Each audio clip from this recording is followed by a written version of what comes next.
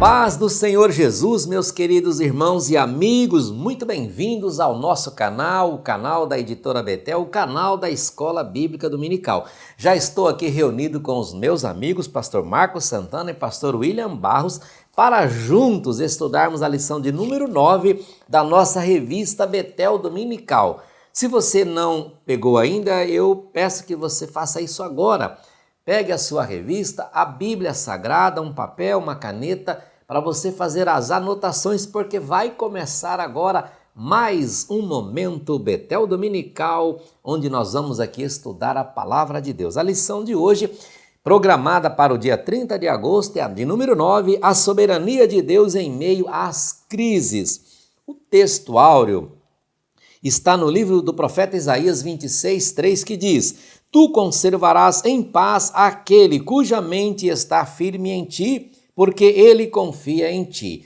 E a verdade aplicada, a confiança em Deus nos faz perseverar nos propósitos de Deus, mesmo na crise. Nosso comentarista, que é o bispo Abner Ferreira, ele preparou esses 3 objetivos: ressaltar que a verdadeira paz só é possível em Deus; segundo, ensinar que em meio às crises o Senhor nos socorre; e terceiro, mostrar segredos para vencer as crises. O texto bíblico utilizado para esta lição, o pequeno livro de Esther, capítulo 3, versículos 8, 9, 10 e 11. Temos também como sugestão as leituras semanais que você deve, como professor principalmente, ter o hábito de fazer essa leitura para aumentar as suas anotações. Não esquecendo também que tem aí os pedidos de oração, o pedido de oração sugerido na lição, né? Então, meus queridos irmãos e amigos, caso você não tenha ainda a revista física, ela é impressa, você pode tê-la de forma digital. Você baixa o nosso aplicativo, Betel Editora, e você vai ter lá não somente essa revista no formato digital, mas também os demais produtos que a cada mês sempre está aumentando o nosso portfólio.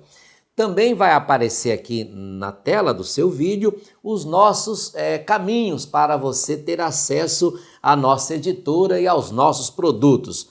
É isso que eu sugiro a você estar sempre atento, mas é muito importante que você tenha a revista impressa, ok?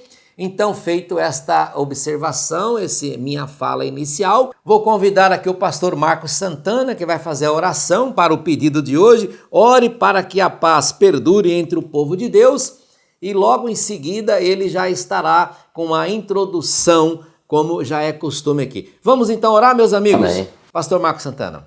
Pai nosso que estás nos céus, glorificamos o teu nome, te bendizemos. Aleluia. Por mais esta oportunidade de podermos estar estudando a tua palavra. Desvenda os nossos olhos para que vejamos as maravilhas da tua palavra, que o teu Espírito nos conduza e que o estudo da tua palavra contribua para que o teu povo tenha paz.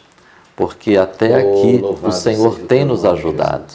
Continue guardando o nosso coração, a nossa mente. Em nome de Jesus Cristo. Amém. Amém.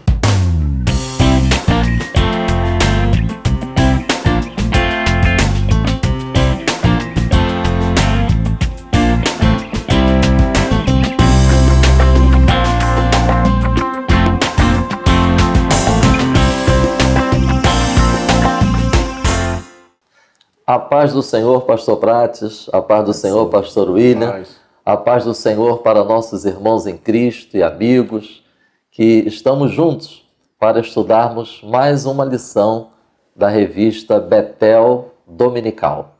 E agora nós vamos estar estudando o livro de Esther.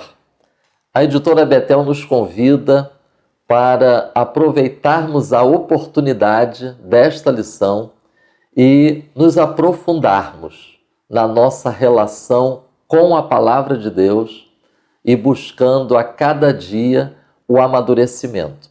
E por que eu digo que esta lição é propícia para isto? Porque nós não vamos encontrar nessa lição fogo descendo do céu. Nós não vamos encontrar menção a terremotos, trovões, relâmpagos. não vamos encontrar muralhas ruindo, ou profetas de Deus confrontando autoridades, profetas de Deus ministrando com autoridade avisos de Deus, chamadas ao arrependimento ou anúncio de juízos. E por isso é importante meditarmos, porque muitas das vezes, depois de testemunharmos fogo descer, terremoto, ações de Deus, há uma tendência de acharmos que já conhecemos todos os caminhos do Senhor, quando, na verdade, conhecer os caminhos do Senhor é um processo, é a cada dia da nossa caminhada com Cristo nesta terra. Por isso, quero iniciar essa introdução lendo 2 versículos, pastor Prates, por favor, na Epístola de Paulo aos Romanos, capítulo 11, versículos 33 e 34. Ó profundidade das riquezas, tanto na sabedoria como da ciência de Deus, quão insondáveis são os seus juízos e quão inescrutáveis os seus caminhos, porque quem compreendeu o intento do Senhor, ou quem foi seu conselheiro? Acho interessante esse texto da palavra, porque vai falar justamente sobre essa impossibilidade humana de conhecer todos os caminhos do Senhor. O livro de Esther, nós vamos conhecer mais um pouco dos caminhos do Senhor. Porque apesar de não encontrarmos todas essas manifestações espetaculares que encontramos em outros textos bíblicos, mas encontramos o agir de Deus, encontramos Deus protegendo o seu povo, Deus livrando o seu povo, sendo que por outros caminhos. Acredito que essa lição ela é bastante apropriada também para o nosso contexto evangélico brasileiro, que há uma tendência de supervalorizar o espetáculo, supervalorizar situações em que deixam as pessoas extasiadas, admiradas, porque nem sempre Deus vai agir, vai trabalhar por intermédio de grandes acontecimentos visíveis e espetaculares. E essa é uma lição que a gente vai extrair do estudo do livro de Esther. A nossa verdade aplicada vai dizer: a confiança em Deus nos faz perseverar nos propósitos de Deus, mesmo na crise. Quero destacar da verdade aplicada essa expressão, confiança, e perseverar nos propósitos de Deus, mesmo em circunstâncias adversas.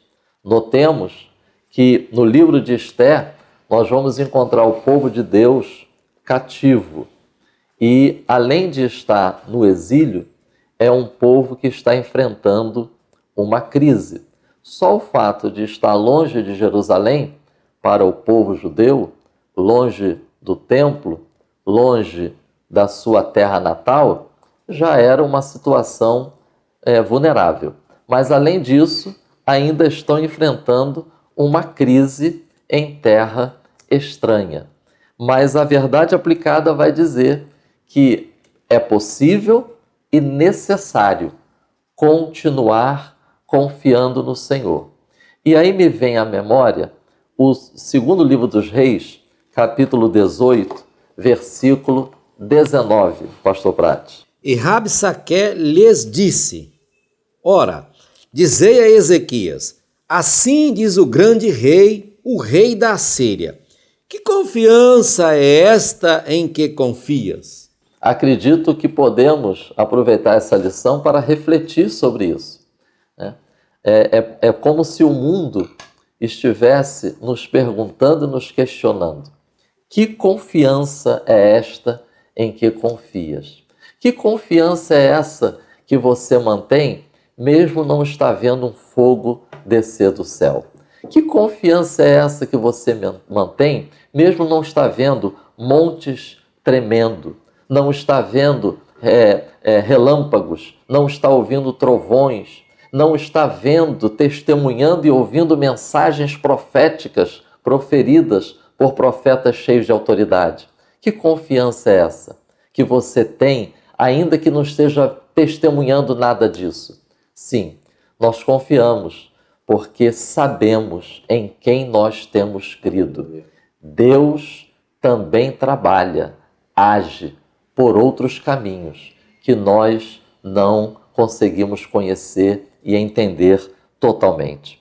O texto da nossa introdução vai dizer assim: o livro de Esther nos mostra como é importante sermos fiéis ao Senhor. O que me salta aos olhos ao estudar o livro de Esther, pastor William, pastor Prat, é que Mardoqueu e Esther, eles demonstraram com as suas atitudes e as suas reações à crise que estavam vivenciando, que eles possuíam um sólido e consistente sistema de crenças e valores. Como é importante o povo de Deus, nos dias de hoje, procurar analisar, pensar, refletir como está o seu sistema de crenças e valores. Pois no enfrentamento das crises e das adversidades, isso faz a diferença. E é o que a gente encontra em Mardoqueu e Esther. Note o texto de Esther, capítulo 3, versículo 8. E Amã disse ao rei Assuero: existe espalhado e dividido entre os povos, em todas as províncias do teu reino, um povo, cujas leis são diferentes das leis de todos os povos, e que não cumpre as leis do rei, pelo que não convém ao rei deixá-lo ficar. Evidentemente que essas palavras de Amã continham verdade, mas também continham mentira. Vamos ficar com a verdade. É verdade, porque a Bíblia vai dizer que o povo judeu, mesmo no exílio, principalmente nesse tempo vivido por Esther e Mardoqueu, esse povo estava conseguindo manter a sua identidade.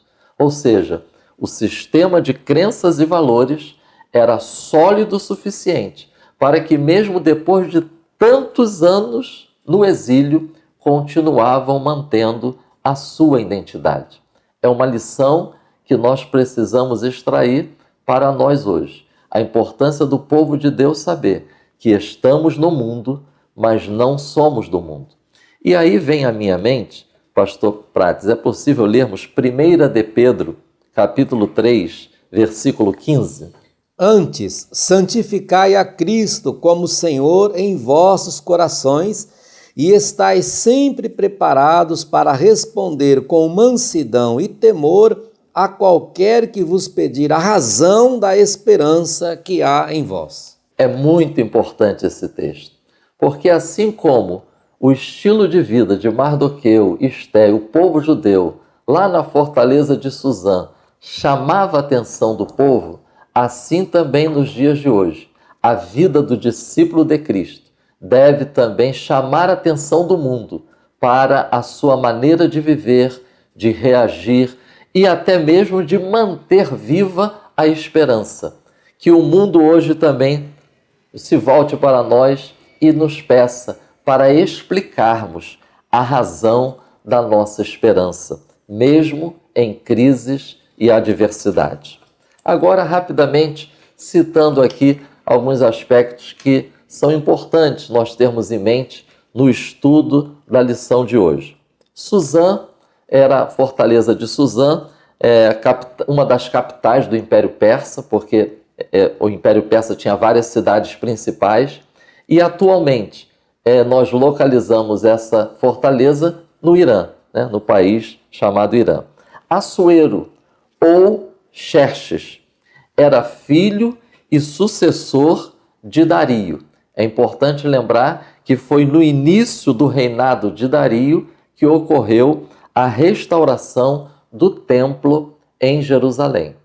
E esse rei Assuero, ou Xerxes, ele é citado no livro de Esdras, capítulo 4, versículo 6. É só para nós termos uma noção e situarmos o momento histórico no qual o livro de Ester está inserido. Mardoqueu ou Mordecai, né? Na nossa Bíblia do culto é Mardoqueu, outras versões é Mordecai. Nós vamos encontrar em Ester, capítulo 2, versículo 5, que ele era da tribo de Benjamim. Vale aqui uma observação, pastor Lira, pastor Prati, e para os nossos irmãos, principalmente os que vão estar ministrando a lição, porque uma leitura rápida desse versículo 5 e do versículo 6, pode ser que a gente entenda que Mardoqueu, ele foi transportado de Jerusalém para a Babilônia, e depois que caiu o Império Babilônico, estava lá durante o Império Persa. Contudo, é possível que, na verdade, esse texto esteja se referindo aos ancestrais de Mardoqueu e Ester que foram transportados de Jerusalém. Por quê? Porque esse acontecimento, né, do início do exílio babilônico, o início dos judeus saírem da sua terra, foi quase 120 anos antes do que estava sendo retratado aqui. Então, por isso que é importante nós estarmos atentos a essa questão de datas. Ele adotou a sua prima. O nome de Ester hebraico é Hadassah, que significa murta. E eu fui estudar sobre o significado desse nome e realmente é uma verdadeira lição para nós. Porque murta era um arbusto sempre verde na região do Mediterrâneo e tem flores. E é interessante que nós vamos encontrar pelo menos 2 textos proféticos, também Zacarias também cita sobre murta, mas eu quero destacar Isaías, capítulo 41, versículo 19, e Isaías, capítulo 55, versículo 13. São textos proféticos que mencionam o surgimento da murta, aonde só havia sarças e espinhos. Então, notem, a mensagem profética vai dizer que a murta é como se fosse o símbolo, a figura de um momento que indica transformação, mudança, aceitação, perdão. Tudo a ver com o contexto histórico do livro de Ester. E esse nome que ela adotou, né, que foi dado a ela, ou seja, Ester, aí já significa estrela. Ou seja, é um equivalente persa para o seu nome em hebraico. Sugere, né, um comentarista disse uma coisa interessante, esse nome estrela, na verdade, a pronúncia dos 2 nomes eram muito semelhantes. Então, sugere as flores da murta em forma de estrela. Também é uma outra lição muito maravilhosa. Ou seja, nesse contexto, pastor William, pastor Prati, não há profetas de Deus, não há fogo descendo do céu, não há muralhas ruindo, trovões, relâmpagos, mas mesmo assim, nós vamos encontrar nesse tempo vidas comprometidas com Deus, que estão florescendo, que estão com vigor também moral e espiritual e estão brilhando no céu da escuridão pagã que era o Império Persa. E Amã, o texto vai dizer que ele era um amalequita. Então, sugiro depois a leitura de Deuteronômio, capítulo 25, versículos 17 a 19, e o primeiro livro de Samuel, capítulo 15, onde nós vamos ter uma noção mais clara sobre o que significa pertencer à família dos amalequitas. É interessante também na introdução lembrar que não há menção do nome de Deus neste livro de Esther. Contudo, é incontestável que nós vamos encontrar no relato de Esther caminhos de Deus. Como disse Paulo em Romanos, não é possível conhecer de todo. O livro de Esther revela também o fato de que muitos judeus não retornaram para Israel após a autorização de Ciro. Isso é interessante, porque, na verdade, foi uma minoria que voltou para Jerusalém. A grande maioria permaneceu fora do território de Israel. Mas nós vamos encontrar no livro de Esther que a mão de Deus continuava agindo, livrando e guardando o seu povo. Outro detalhe que eu quero destacar é que o livro inicia com uma festa persa, né? Assuero fazendo a sua festa. E o livro termina com uma festa dos exilados, né? A gente pode lembrar daquele texto, né? O choro pode durar uma noite, mas a alegria vem pela manhã. A lição, ela vai também iniciar o tópico 1, o pastor William já vai estar abordando, sobre a paz. Alguém pode perguntar, né? Mas como pode falar de paz para um povo que está no exílio, né? Evidentemente que, além da questão da fé e do relacionamento com Deus, é importante também nessa introdução nós conhecermos que o Império Persa, além de permitir que os cativos voltassem para suas respectivas pátrias, e isso nós vamos ver lá no início do livro de Esdras, né, o decreto de Ciro, eles também procuravam agradar os povos subjugados e as respectivas divindades. Apesar do Império Persa ser um império pagão, mas eles tinham essa prática.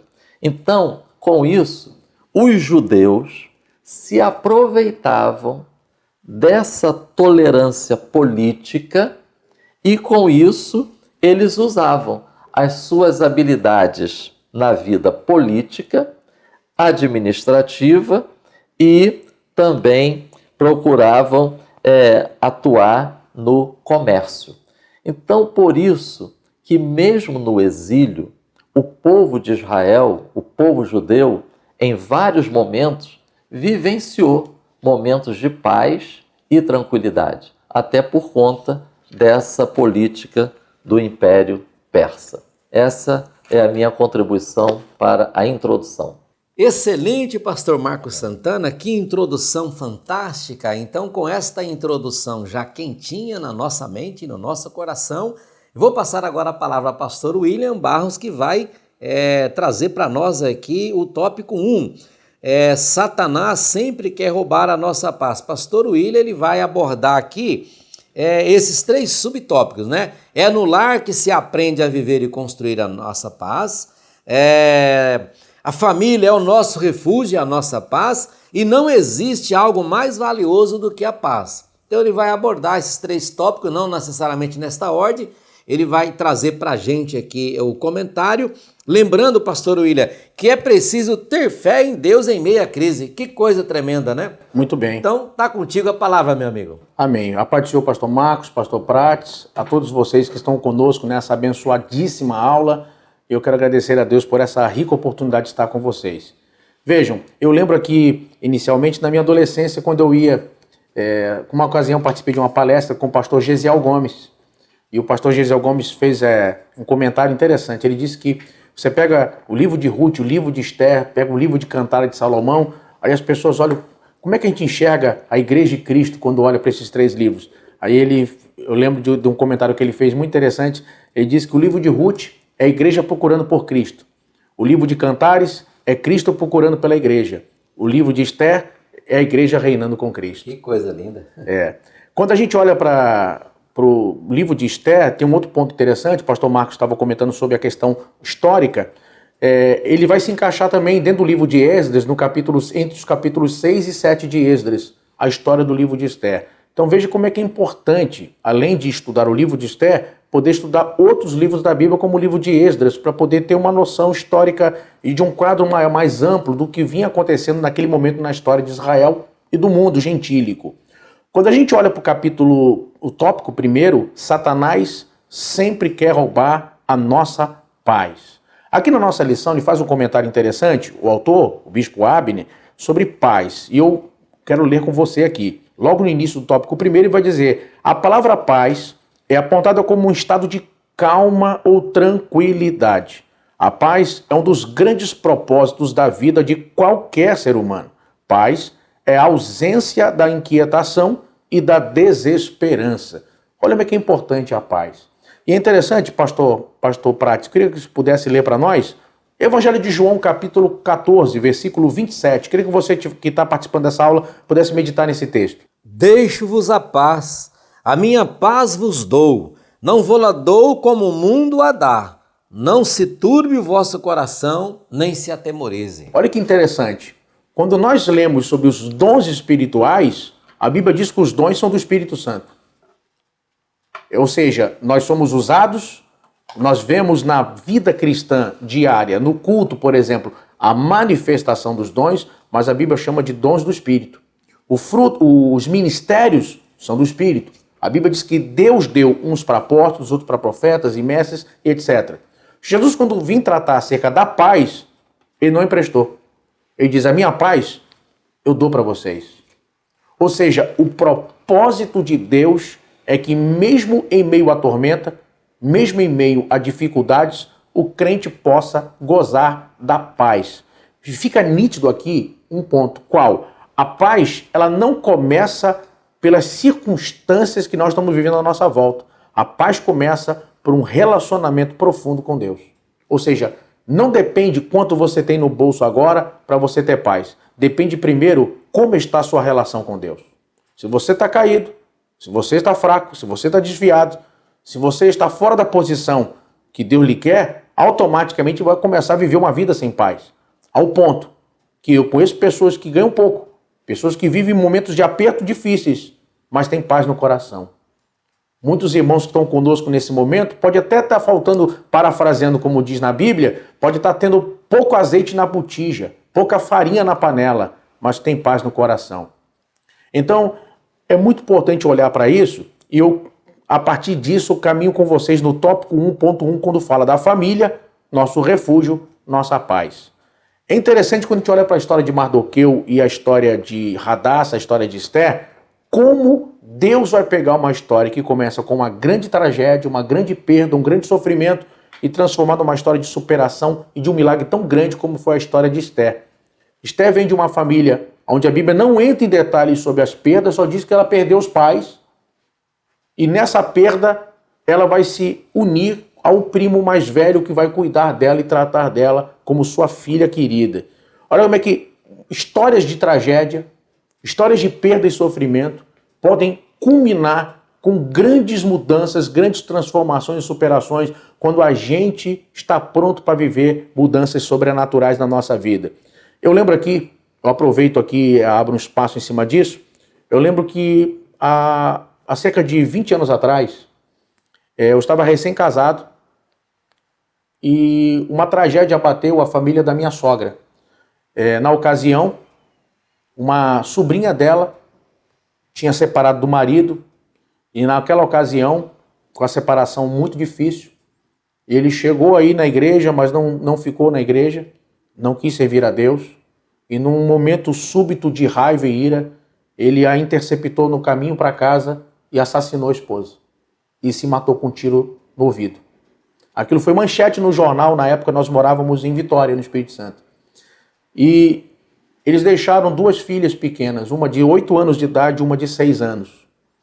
Eu lembro que no meio daquele turbilhão todo, eu e minha esposa, nós fomos visitar as crianças para ver como estavam. E nós encontramos na época as 2 meninas magrinhas, assustadas, foram morar com a avó também não tinha saúde muito boa, elas passaram um período comendo mal, faltava um apoio mais próximo de alguém, e eu me afeiçoei na época profundamente às 2. Foi difícil o início porque elas se tornaram muito arredias com a ideia de uma presença masculina devido ao trauma do que aconteceu com o pai e a mãe. Mas em poucas semanas aquilo foi quebrado e elas passaram a conviver conosco como se fossem nossas filhas. Fiz muitas viagens e levei as 2. Participei de reuniões de pais e filhos das 2. Tivemos elas praticamente todo final de semana em nossa casa durante um bom período, até que finalmente eu vim para o Rio de Janeiro.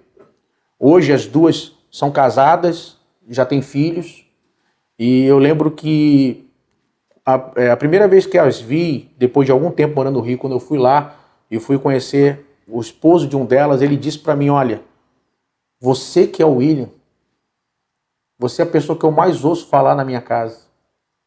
Minha esposa só fala em você. Ela nunca esqueceu você e o que você fez por ela na infância e na pré-adolescência, num momento tão difícil da vida dela. Olha, você marcou a vida dela. Então, eu aproveito esse momento para mostrar para você que está participando dessa aula, não perca a oportunidade de marcar e de impactar ou de fazer momentos difíceis se tornarem uma oportunidade de unir a família. Por exemplo, é muito comum em algumas famílias, quando morre, por exemplo, os patriarcas da família, morre o pai, morre a mãe, os irmãos às vezes se distanciam. Aquela coisa de estar junto em Natal, Ano Novo, acaba se perdendo. Então, aproveite a lição de hoje e não deixe perder os vínculos com as pessoas que são próximas a você, as pessoas que fazem diferença na sua vida. E, se você pode, eu dou um conselho para os irmãos, se unam, apoiem-se, ajudem-se em momentos de dificuldade e de crise. A gente vai aprender com a lição de hoje que tragédias pessoais podem transformar em grandes milagres. A história de Esther vai mostrar isso. No tópico 1 ainda, no ponto 2, ele vai dizer para nós que é no lar que se aprende a viver em paz. E aqui, olha que detalhe interessante. Pastor Prates, no versículo 20 do capítulo 2 de Esther, olha o que diz a palavra. Se o senhor puder me ajudar, sim. Você que está em casa, você que está participando da aula, em qualquer lugar, se você puder ler, lê na sua Bíblia também. Esther, porém, não declarava a sua parentela e o seu povo como Mardoqueu lhe ordenara, porque Esther cumpria o mandado de Mardoqueu como quando a criara. Olha só, olha que virtude, pastor Marcos, tremendo na vida de Esther. Ela podia muito bem, naquela posição agora, falar, como é que mãe? Por favor, deixa que agora é comigo. Você já me ajudou? Ela podia ter agido como alguém diz assim, não, agora eu sou o suficiente. Mas ela continuava respeitando a autoridade de Mardoqueu como pai, como tutor. E aqui vai nos ensinar, inclusive, uma coisa importante.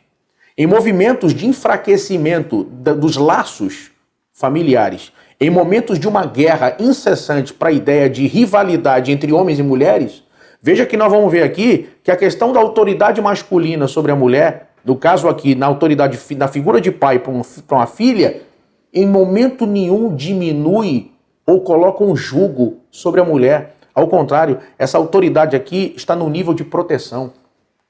Então, muitas pessoas acabaram perdendo justamente esse princípio bíblico e acabaram enxergando na questão masculina de autoridade como se fosse uma questão de guerra de sexos, uma guerra incessante de gênero, um problema interminável da questão de ser autossuficiente e ser livre, quando na verdade Deus cria padrões de autoridade sobre a nossa história e sobre a nossa vida justamente para nos tornar melhores e nos proteger.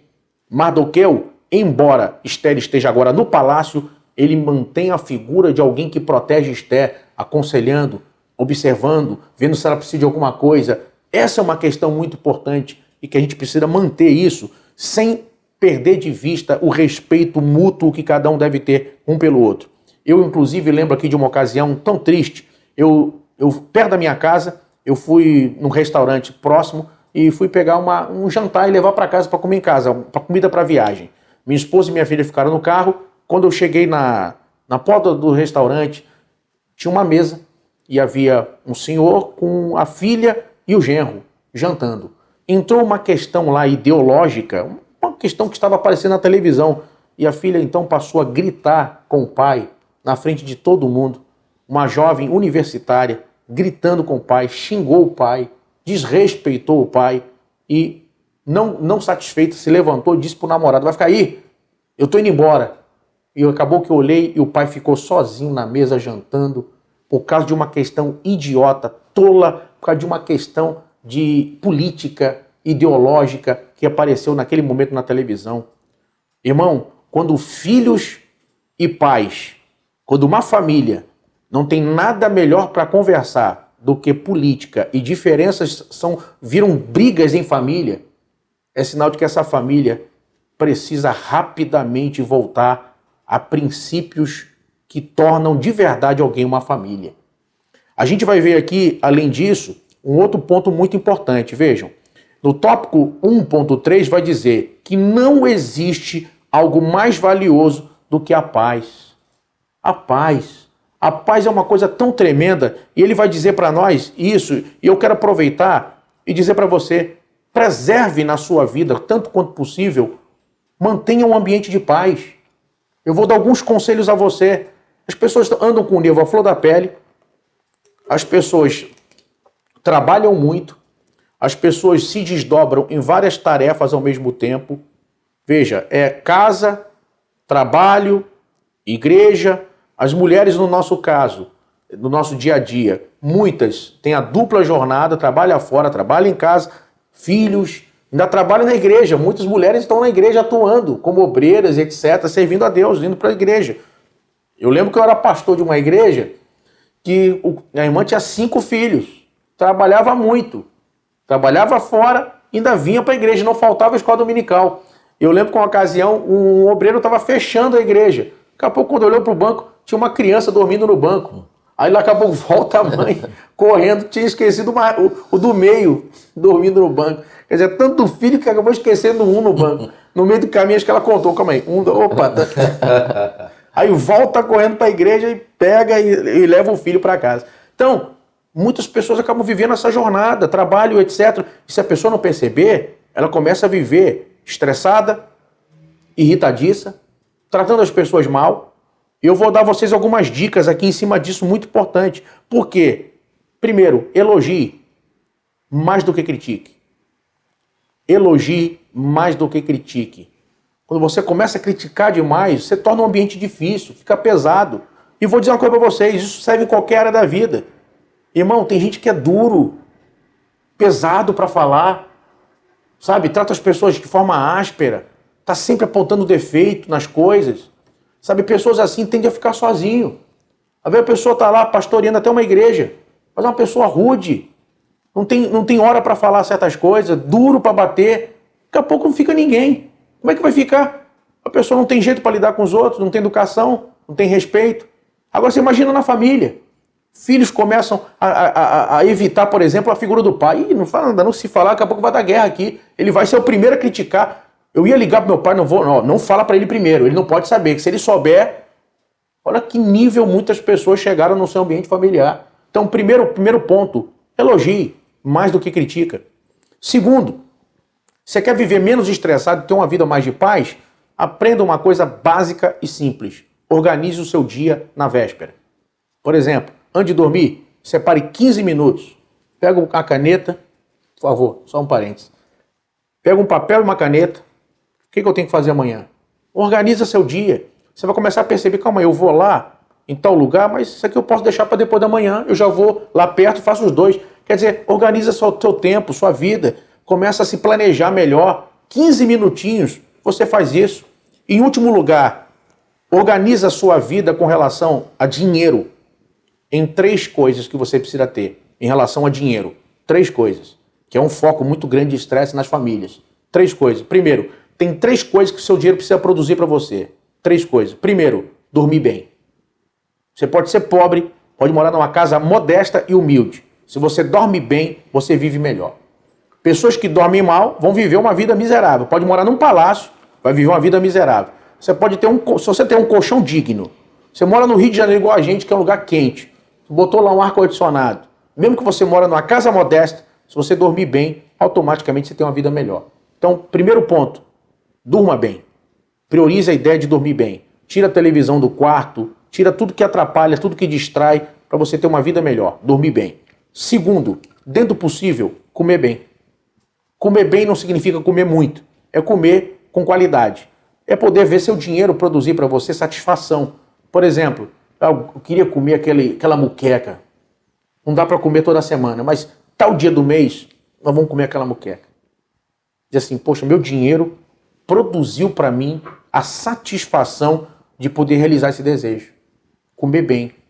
E terceiro, e esse talvez seja um dos maiores problemas que as pessoas andam sem paz, em relação a tempo. Férias. Folga e férias. Irmão, você viaja, todo lugar que eu vou do mundo, em todos os países que eu já fui, tem um lugar que tem um tipo de pessoa que você acha em qualquer viagem dessa. Japonês. Você pode ir na Europa, você acha qualquer lugar que você vai tem grupo de japonês. Você chega no Emirados Árabes, japonês. Você chega em Israel, japonês. Jordânia, qualquer lugar que você vai tem grupo de japonês. Eles trabalham igual um camelo. E as férias deles são a metade da nossa. Mas você não acha eles em casa nas férias. Chegou nas férias, eles viajam. E eles gastam, compram, estão alegres, tiram foto. É as férias deles. Então, você vê que a mentalidade nossa, em muitos pontos, é qual? Aquela coisa, eu trabalho para vender as férias. Não vou ter um dinheirinho a mais nas férias. Então a pessoa começa a acumular coisas e não tira férias. Não descansa. Não tem folga. Aí não tem folga semanal, não tem férias no ano, não vou jogar pro ano que vem. Daqui a pouco está insuportável para lidar com aquela pessoa. Daqui a pouco está morrendo de coração, está pressão alta. Então, guarda essa lição, que essa lição está nos proporcionando. Veja que a gente tem um tópico, a gente até comentou isso aqui antes. Nós temos um tópico da lição só falando sobre paz e falando disso na família. Então a gente precisa ter em casa um ambiente de paz. Você pode estar vivendo a guerra que for. Não, vou para casa. Você pensa, chegar em casa, eu tenho paz. Então a sua casa tem que ser seu lugar de refúgio, seu castelo. Eu vou para casa, é meu lugar de paz. Então critique menos, elogie mais, organize seu tempo. 15 minutinhos antes para o dia seguinte e se organize a dormir bem, comer bem e ter férias e folga. Tá bom? Deus abençoe. Muito bem, pastor William. Excelente comentário no tópico 1. Então, fechando esse tópico aqui, considerando, pastor William, que é uma verdade que Satanás ele vai sempre tentar roubar a nossa paz. Diante, então, desta realidade, o que o senhor, dentro desse tópico, recomenda que a gente tem que priorizar na nossa vida? Priorizar a nossa família, a nossa casa, que é o nosso refúgio na paz. Amém. E assim a gente fecha o ponto 1, vamos direto ao ponto 2 com o pastor Marcos Santana, que vai trazer aqui para nós. Se incomoda, pastor Marcos Santana? É porque você brilha. E dentro desse segundo tópico, ele vai falar sobre as crises vêm para roubar o nosso sono. Olha aí, roubar o nosso sono. A crise chega para o povo de Deus, não é porque é povo de Deus que não vai ter crise não. E se a crise chegar, o que tem que fazer? Então é isso. Pastor Marcos Santana? Vamos destacar, primeiramente, alguns textos da nossa lição. No tópico 2.1, as crises vêm para roubar o nosso sono, o último parágrafo nós vamos encontrar. No livro de Esther, vemos um homem por nome Amã, que por meio de uma lei irá determinar que todos os judeus deveriam ser mortos e seus bens saqueados. Este decreto irá tirar o sono do povo de Deus. O tópico 2.2, a crise chega para o povo de Deus. O último parágrafo diz: assim como qualquer crise, esta crise chegou, trazendo tristeza e lamento a todos os judeus. E o tópico 2.3, a crise chegou. E agora? Tem um parágrafo que está no meio do texto que vai dizer: as Sagradas Escrituras nos orientam a não ficarmos impressionados com essas provações. E termina sugerindo 4 aspectos sobre como lidarmos com as crises que nos alcançam na nossa caminhada. Sendo assim, eu destaco 3 verdades importantes que fazem parte da realidade do discípulo de Cristo aqui nesta terra. Primeira verdade: sempre enfrentaremos oposições por sermos discípulos de Cristo. Segunda verdade: tristeza, choro, apreensão, preocupação fazem parte da nossa vida como discípulo de Cristo, enquanto estamos nesta terra. E, terceiro, são algumas sugestões apresentadas pela nossa lição no enfrentamento das crises. Confiança, presença divina, a importância de sabermos lidar com o medo e é possível desfrutar da bênção do descanso. O tópico 2.1, então, vai falar sobre essa tentativa de Amã em destruir o povo de Deus e saquear os seus bens. Não deve ser nenhuma novidade para o discípulo de Cristo, e aqui eu quero dizer que o discípulo de Cristo, ele procura viver de acordo com os ensinamentos do seu mestre. O nosso mestre é o Senhor Jesus Cristo. Então, que lição podemos extrair dessa tentativa de Amã em destruir os judeus para aplicarmos a nossa vida hoje? A Bíblia vai dizer que nós hoje, como povo de Deus, também somos alvo das tentativas malignas, das tentativas do nosso inimigo de nos destruir.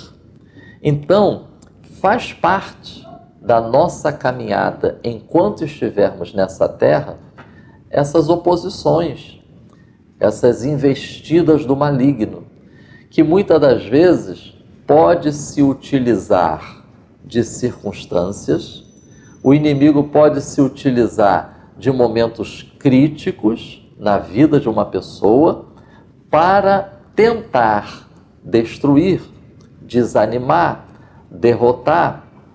A lição de hoje é uma oportunidade para o povo de Deus refletir sobre isso.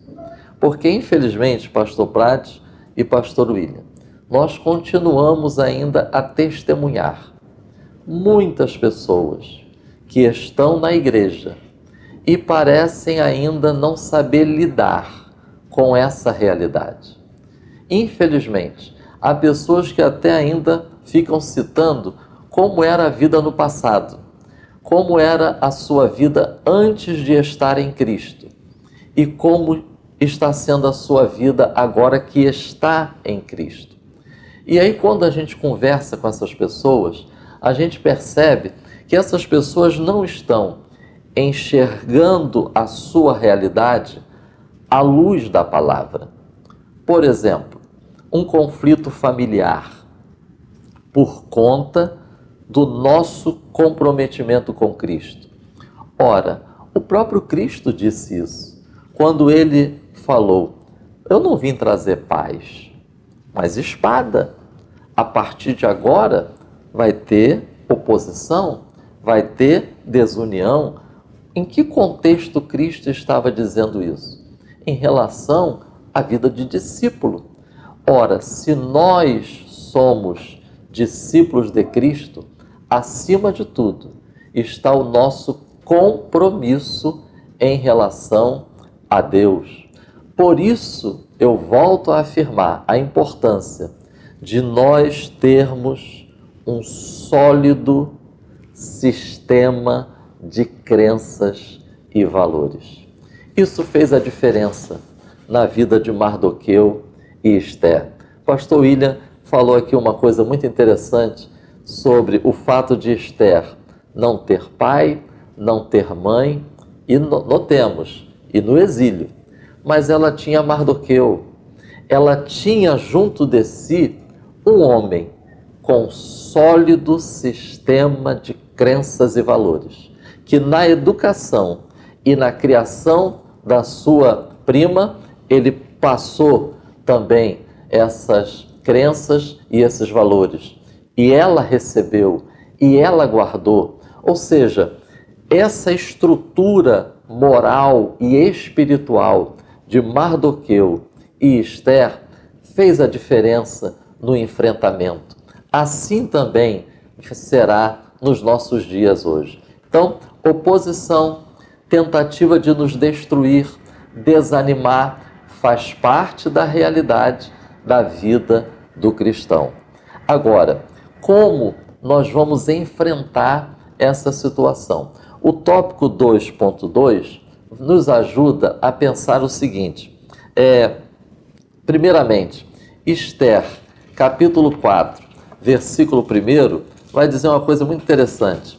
Quando Mardoqueu soube tudo quanto se havia passado, rasgou Mardoqueu os seus vestidos e vestiu-se de um saco com cinza e saiu pelo meio da cidade e clamou com grande e amargo clamor. O que eu destaco aqui?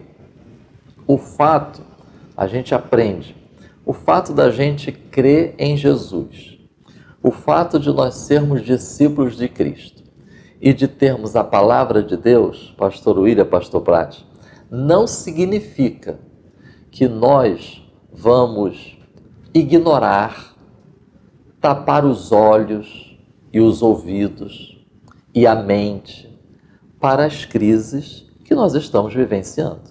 O pastor William, psicólogo, ele pode nos ajudar nisso. A importância, pastor William, da gente expressar os nossos sentimentos e as nossas emoções.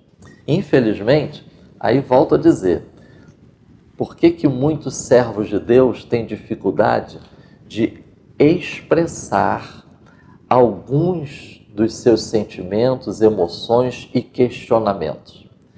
É porque está faltando analisar e enxergar a sua vida e o contexto no qual se encontra à luz da palavra. Porque se a gente fizer isso à luz da palavra, e nós estudamos aqui um trimestre só sobre o livro dos Salmos, e o que nós vamos aprender com o livro de Salmos? Que os salmistas, eles verbalizavam, eles exteriorizavam as suas emoções e os seus sentimentos. Isso é muito importante. Mardoqueu chorou, Mardoqueu se vestiu de pano de saco, rasgou as vestes, lamentou, clamou, ou seja, vivenciou, verbalizou, expressou as suas dores. O discípulo de Cristo, biblicamente, ele não ignora a realidade da sua dor. Dói, a gente fica triste. Paulo, escrevendo aos Tessalonicenses, que era um grupo de novos convertidos, que estavam com dificuldades de lidar com a morte. Estavam dificuldades em lidar com a questão da pessoa que partiu dessa vida antes de Jesus voltar. Então eles foram falar com Paulo. Sabe o que Paulo escreveu? Não quero, porém, irmãos, que sejais ignorantes quanto aos que dormem, para que não vos entristeçais como os demais que não têm esperança. Então, atenção, discípulo de Cristo fica triste? Fica. Ele não fica desesperado. O discípulo de Cristo sente dor, fica preocupado, fica às vezes ansioso, fica apreensivo? Sim, mas ele não fica desesperado. A diferença é que esse lamento, essa tristeza, essa apreensão não são suficientes para abafar a fé em Cristo Jesus. Não são suficientes para paralisar o discípulo de Cristo. Porque notemos, Mardoqueu, ele fez o que fez, conforme está aqui o relato, rasgou, se vestiu de saco de cinza, saiu pelo meio da cidade, clamou, mas não ficou só nisso, pastor William, pastor Prates. Ele não ficou só nisso. Ele ficou ali na porta da fortaleza. Quando Esté procurou saber, ele verbalizou o problema e a crise e também acionou Esther. Ou seja, ele não ficou só se lamentando, ele não ficou apenas chorando, ele também agiu. A questão da iniciativa, tanto Mardoqueu como Esther, eles tiveram iniciativa. E terceiro e último tópico do nosso ponto 2, a crise chegou. E agora? Atenção, as Sagradas Escrituras nos orientam também como vivenciar as provações. E é interessante porque a palavra de Deus vai dizer que a gente não deve ficar tão espantado como se coisa estranha tivesse acontecendo. Não é estranho a crise, a adversidade e circunstâncias contrárias chegarem na vida do povo de Deus. Enquanto estivermos nessa terra, é um texto que eu não pedi o pastor Prates para localizar, mas é João 16, 33. Eu acho tremendo esse texto. 16? 33. 33. Porque tá fácil. é um resumo, pastor Prates, mais ou menos assim. Se a gente perguntasse para o Senhor Jesus, pastor William, Jesus, a crise chegou, e agora? Olha o que Jesus diria para a gente, pastor Prates. Tenho-vos dito isto, para que em mim tenhais paz. No mundo tereis aflições, mas tende bom ânimo, eu venci o mundo. A crise chegou, e agora? Primeiro, vamos continuar como discípulos de Cristo, procurando conhecer o que o Senhor Jesus nos diz. E ele encerra o seu discurso de despedida com essas palavras: tenho-vos dito isto. Aí vale a pergunta, né? Dito o quê? A gente sabe o que Jesus disse? A gente sabe o que Jesus ensinou? A gente sabe o que Jesus nos deixou? Então nós precisamos conhecer. Segundo, ele vai dizer assim: tenho-vos dito isto para que em mim, relacionamento. Então eu devo procurar saber o que a palavra de Deus diz, o que Jesus diz, mas eu preciso me relacionar. Para que em mim, disse Jesus, tenhas paz. Olha aí a paz que o pastor William abordou no tópico 1. Fruto de fé e confiança e relacionamento. E aí Jesus vai dizer assim: no mundo tereis aflições. Note, Jesus disse: em mim você tem paz, no mundo você tem aflição. Irmãos, enquanto a gente estiver aqui, a gente vai vivenciar essas duas dimensões, essas duas realidades. Nós estamos em Cristo, mas também estamos no mundo. Mardoqueu e Esther, notemos, faziam parte do povo da aliança, o povo de Abraão, o povo da promessa. Então, a promessa de Deus é o seguinte: olha, eu estou com vocês. Olha, eu vou abençoar vocês para que vocês abençoem todas as nações. E eles estavam sendo bênção também ali na fortaleza de Suzã. Mas, ao mesmo tempo, eles também estavam em um meio no qual eram alvo de oposição e de tentativa de destruição. Assim também acontece com aquele que está em Cristo. Mas aí Jesus vai dizer assim: tenho-vos dito isto, para que em mim tenhas paz, no mundo tereis aflições, mas tende bom ânimo. Mardoqueu e Esther, eles não se deixaram serem paralisados com as tentativas de destruição, com o decreto de destruição. Eles choraram, eles ficaram apreensivos, mas não paralisados. Eles agiram. Os caminhos do Senhor são muito claros no livro de Esther. E para nós hoje, Jesus disse, mas tenha bom ânimo, eu venci o mundo. Ora, se naquele no qual nós estamos venceu, então nós também vamos vencer. Então, é importante, encerrando o tópico 2, nós estarmos atentos ao que a palavra de Deus nos ensina sobre como vivenciarmos esses momentos de crise. Confie em Deus, Deus é o nosso socorro, não deixe que o medo te domine e descanse em Deus. Eu acredito que João, capítulo 16, versículo 33, resume bem esses aspectos que constam aqui na nossa lição. Que assim seja com cada servo de Deus, até que ele venha. Pastor Marcos Santana, muitíssimo obrigado. Amém. Que comentário profundo. Olha, deixa eu contar uma coisa para vocês aqui. Quando o pastor Marcos Santana chegou aqui na editora, antes de nós nos reunirmos aqui para tratarmos esse assunto, nós começamos a conversar sobre essa situação do mundo. E o pastor Marcos Santana disse lá para mim,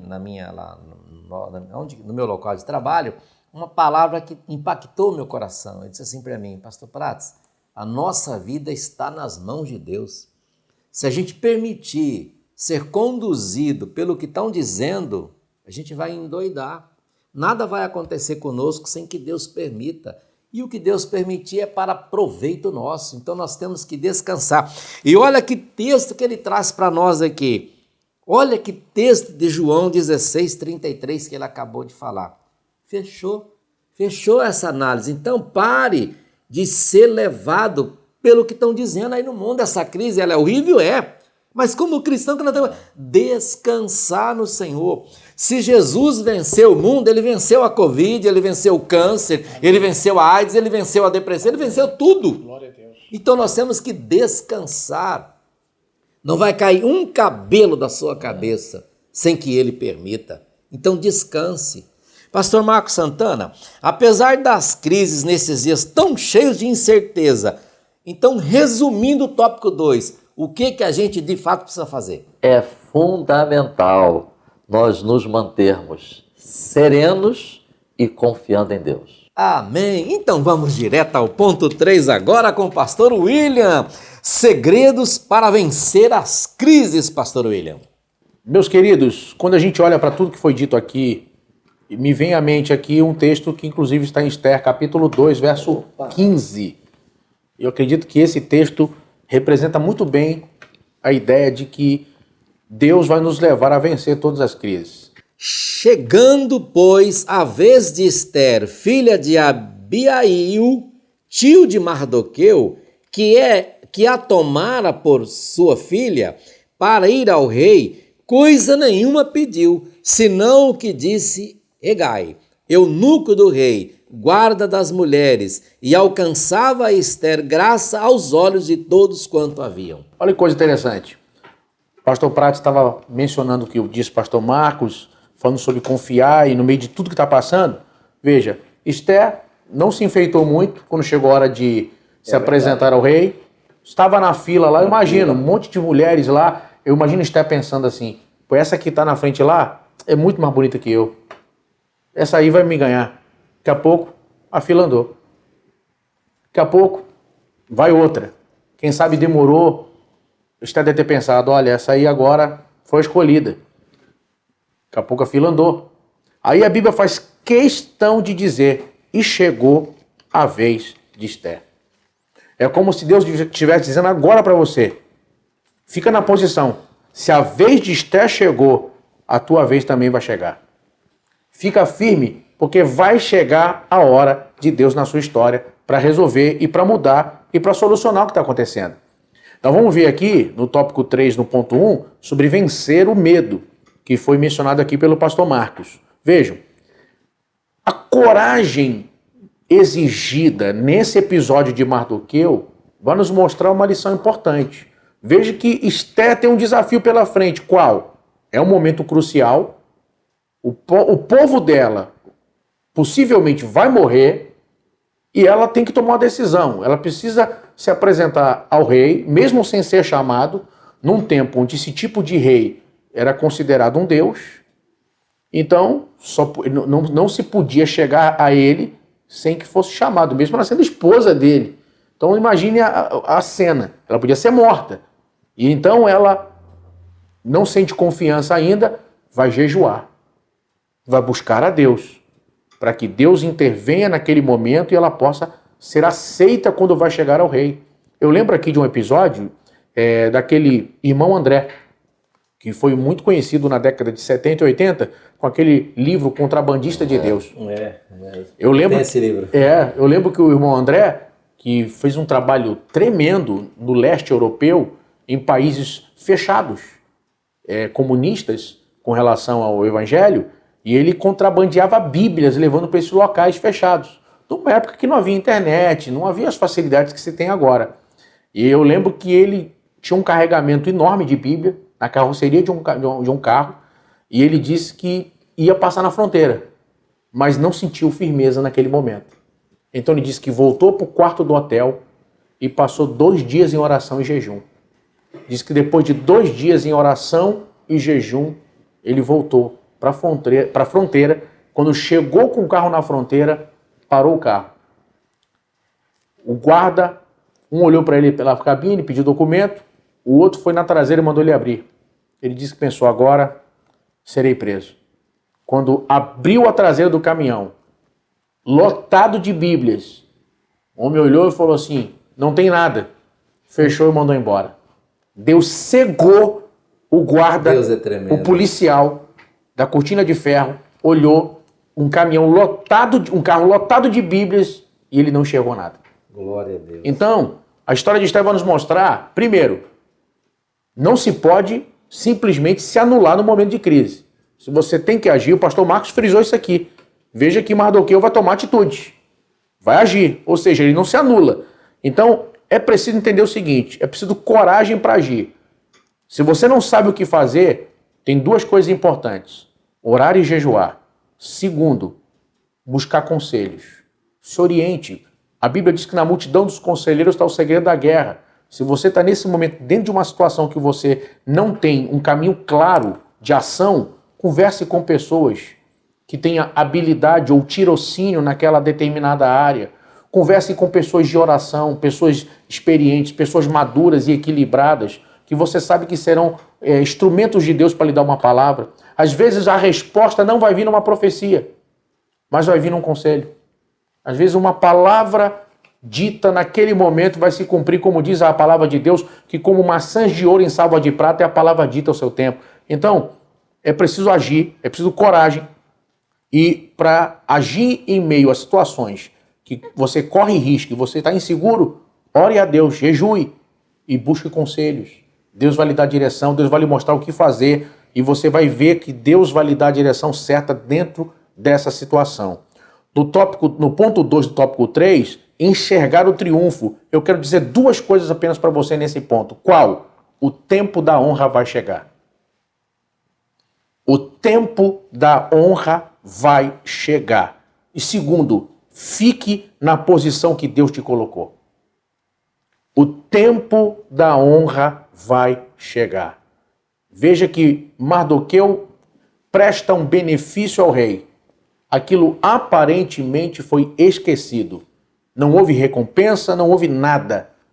Mas no tempo certo, no kairós de Deus, na hora de Deus, Deus vai fazer aquele rei perder o sono. Deus vai fazer com que aquele rei mande buscar os rolos, mande buscar os livros.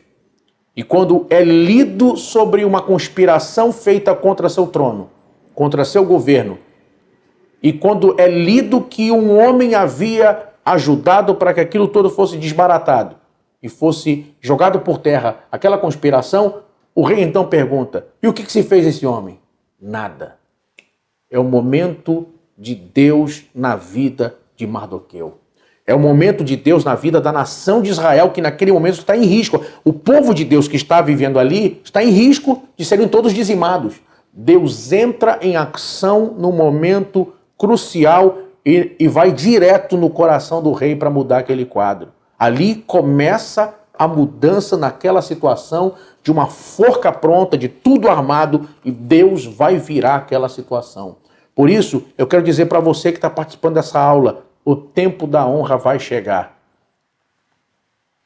Cuidado para não permitir que uma injustiça, que uma situação, quem sabe até vexatória, que uma situação a princípio de revolta transforme essa situação numa brecha para o diabo entrar na sua história.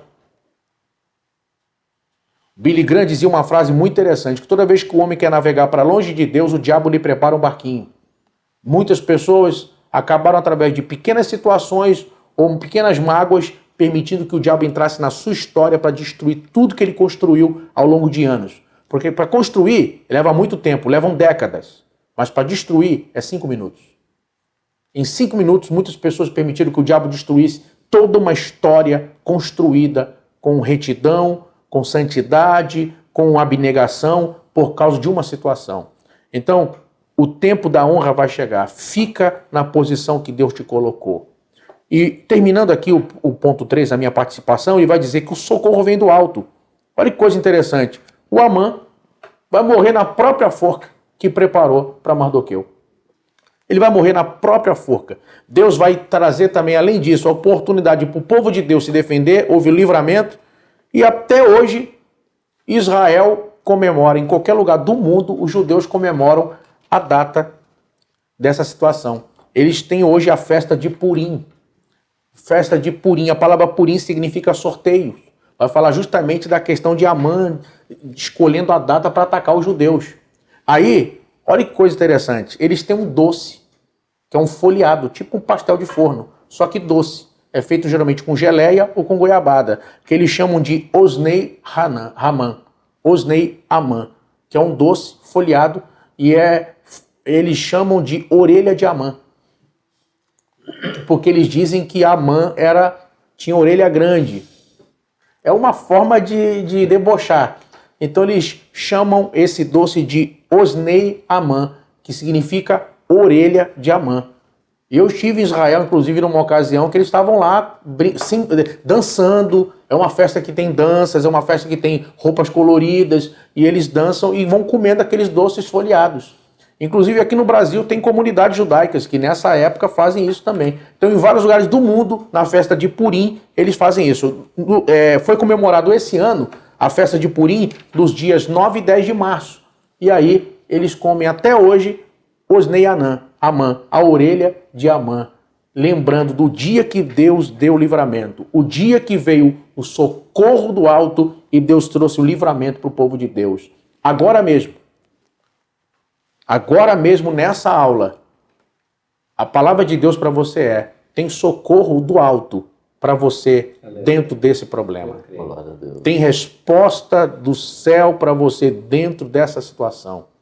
O diabo quer entrar na tua casa, o diabo quer destruir teu casamento, o inimigo quer entrar na tua relação com os teus filhos, quer acabar com tudo que Deus te deu. Mas tem socorro bem presente na angústia para você dentro dessa situação. Olhe para o alto, clame, busque conselhos. Não permita que o diabo lhe leve ao desespero, como foi dito aqui. Confia no Deus que você serve. Esse não é o tempo da desistência, esse não é o tempo de chutar o balde, essa aula não é o dia do velório da sua fé. Deus lhe colocou para assistir essa aula para dizer para você que tem socorro, que tem resposta, que tem milagre, que tem vitória do alto chegando. Quem sabe, como disse aqui, começou com a festa, né? Triste, mas vai terminar com a orelha do Amã, vai terminar doce para você, em nome de Jesus. Muito bem, muito obrigado, pastor William Barros, por sua participação brilhante aqui no ponto 3. Pastor Marcos Santana, algo a acrescentar aqui, trazer para nós e já concluindo? Se o senhor me permitir, eu vou acrescentar só alguns detalhes. Por favor, nós queremos te ouvir. É só citando alguns textos. Posteriormente, sugiro fazer a conexão de Esther 3:6, quando diz que procurou destruir todos os judeus, com 1 de Pedro, capítulo 5, versículos 8 e 9, quando diz que o nosso adversário, ele busca a quem possa tragar. Essa expressão também pode ser devorar. E aí o texto vai nos dizer, sejamos sóbrios, ou seja, mantenha-se lúcido. mantenha a sua mente sã. Segundo, vigilância o tempo todo. E terceiro, resistência. Depois, façam a conexão de Esther 4:14, quando Mardoqueu vai dizer para Esther: se de todo te calares neste tempo, socorro e livramento de outra parte virá Aleluia, para os judeus. Mas tu e a casa de teu pai perecereis. E quem sabe se para tal tempo como este chegaste a este reino. Faça uma conexão dessa palavra de Mardoqueu com Gênesis 45, versículos 5, 7 e 8, quando José testemunha perante os seus irmãos que ele consegue discernir o propósito de Deus para ele ir para o Egito e ser exaltado no Egito. Esther foi exaltada na fortaleza de Suzã e ela estava agora sendo admoestada pelo seu primo para que discernisse o momento de exaltação que ela estava vivenciando. E acho importante aqui posso contribuir com a conclusão Por também já? Por favor, o senhor então, está com a palavra. Eu acho importante nós pensarmos nesses tópicos. Primeiro, crise, que é uma realidade na nossa vida enquanto estamos aqui nesta terra. Segundo, não esquecermos de estarmos sempre avaliando, analisando, à luz da palavra e com a ajuda do Espírito Santo, como está o nosso sistema de crenças e valores, porque vai fazer a diferença no enfrentamento das crises. Terceiro, lembremos-nos daquele texto de Romanos 11, 33 e 34. Não conhecemos todos os caminhos do Senhor. Deus age no fogo, no terremoto, no trovão, no relâmpago, mas lembre-se, Deus também tem os seus caminhos no dia a dia, na nossa rotina diária do nosso viver. Quarto, responsabilidade humana em conexão com a convicção de que Deus está agindo. É o que a gente vê na atitude de Mardoqueu, é o que a gente vê na iniciativa de Esther, a questão da responsabilidade humana. E por último, meus irmãos, nós aprendemos em Esther, porque o pastor William, ele lembrou uma coisa interessante, a gente conectar o livro de Esther com a outra parte do povo de Deus que estava lá em Jerusalém. Lá estava Esdras, lá estava o templo construído, lá estavam os sacerdotes, os levitas, sendo reconduzidos ao seu ministério. Mas olha só que interessante. Deus está com o seu povo lá em Jerusalém, mas também está com a parte do seu povo que está lá na fortaleza de Suzã. Deus está também trabalhando, está agindo aonde o seu povo está. Não somente em Jerusalém, mas também aonde uma parte do seu povo está. Mesmo envolvido em outros aspectos da vida, ali está também Deus, a invisível mão de Deus. Ou como alguns comentaristas se expressaram, a invisível mão da providência divina. Aleluia. Está agindo em toda a face da terra, porque Deus está preparando um povo na face da terra para um dia buscá-lo por intermédio da volta de Jesus Cristo, para estar para sempre com Ele. Que Deus nos ajude a perseverarmos, confiando e crendo que o Senhor está cuidando de nós. Aleluia. Aleluia. Muito obrigado, pastor Marcos, por esta conclusão. Então nós podemos fechar este tópico 3, dizendo que em meio às crises, O Senhor prometeu que nos ajudará a superar todos, não é um, todos os obstáculos e a derrotar todos, não é um, os inimigos. A soberania de Deus, como bem disse o pastor Marcos Santana, é notória e dele vem a nossa salvação. E assim a gente encerra a nossa participação aqui. Querendo Deus, semana que vem nós três estaremos de volta nesta mesa, o Senhor permitindo, né? Para juntos estudarmos a lição número 10 da nossa revista Betel Dominical, deste terceiro trimestre, essa revista que é escrita, comentada pelo nosso bispo Abner Ferreira. E a lição da semana que vem será Atravessando a Crise com Perseverança. Pastor William, eu vou pedir para o senhor encerrar com uma palavra de oração nesse momento, agradecendo a Deus, e eu já agradeço a sua presença, agradeço a presença do pastor Marcos Santana, e agradeço a sua presença, você estava conosco até o final. Obrigado por se inscrever no nosso canal, por comentar, mandar aí as suas mensagens de apoio, de incentivo. A maior e melhor escola do mundo é a Escola Dominical. Deus abençoe, que Deus continue abençoando a sua vida, a sua família, e que tenhamos uma semana muito abençoada em nome de Jesus. Vamos orar? Oremos. Senhor Jesus, te agradecemos por essa tão abençoada aula. Louvado seja que Deus. Muitos irmãos possam ser alcançados. Aleluia. E encontrem nessa lição um bálsamo. Aleluia, Jesus. Força. Ó Deus, refrigério. E possam vencer, triunfar e testemunhar como foram abençoados pela tua palavra nesse dia, nessa aula. Guarda-nos e que possamos seguir em frente, Senhor, obedecendo a tua palavra e confiando, e ao mesmo tempo pronto para agir, mesmo em meio a riscos, e vencendo todas as adversidades. Em nome de Jesus. Amém. Amém. É a editora Betel edificando a casa de Deus.